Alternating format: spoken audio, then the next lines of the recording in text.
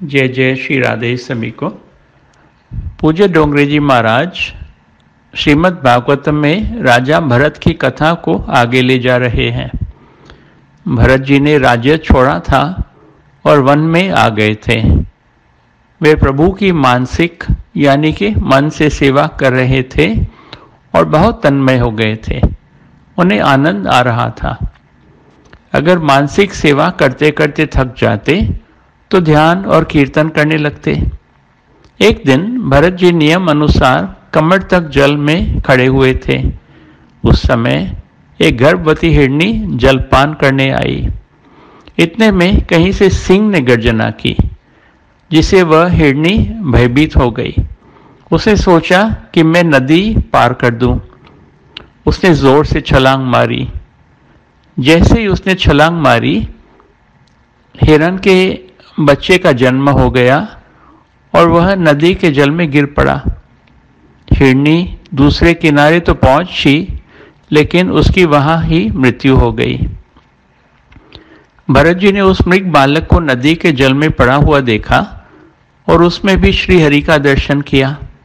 क्योंकि भरत जी तो सब में हरि को ही देखते थे, वे सोचने लगे कि इसकी माता की तो मृत्यु हो गई, सो जगत में इसका तो कोई नहीं रहा। अब इसका लालन पालन और इसकी रक्षा कौन करेगा। भरत जी को दया आई और वह उस हिरनी के बच्चे को अपने आश्रम में ले आए।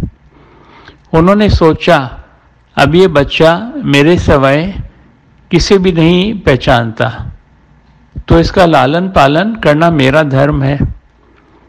मैं इसे छोड़ दूं तो यह मर जाएगा। श्री डोंगरे जी कहते हैं कि जीव मानता है कि मैं दूसरों की रक्षा करता हूं। अरे तू क्या रक्षा करेगा, तुम्हें भी तो एक दिन काल ले जाएगा। करता हरता तो श्री हरि ही है ना। तुम घर में रहो या वन में, तुम्हारा रक्षक श्री हरि ही है। डोंगरे जी भागवतम के 7वें स्कंद से एक श्लोक सुना रहे हैं। यदि परमेश्वर की कृपा हो तो जो अनाथ हो या वनवासी हो तो भी वह जीवित रहता है, और परमेश्वर द्वारा मारा गया जीव घर में सुरक्षित होने पर भी जीवित नहीं रहता।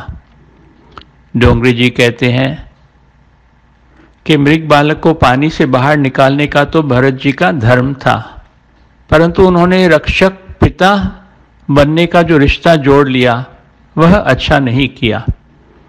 सब जीवों का रक्षक पिता तो एक ईश्वर ही है। भरत जी ने अपने आप को मृग का रक्षक बना दिया और ऐसा दोष अभिमान के कारण ही उत्पन्न होता है।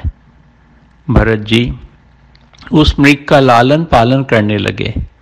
धीरे धीरे वह बड़ा होने लगा।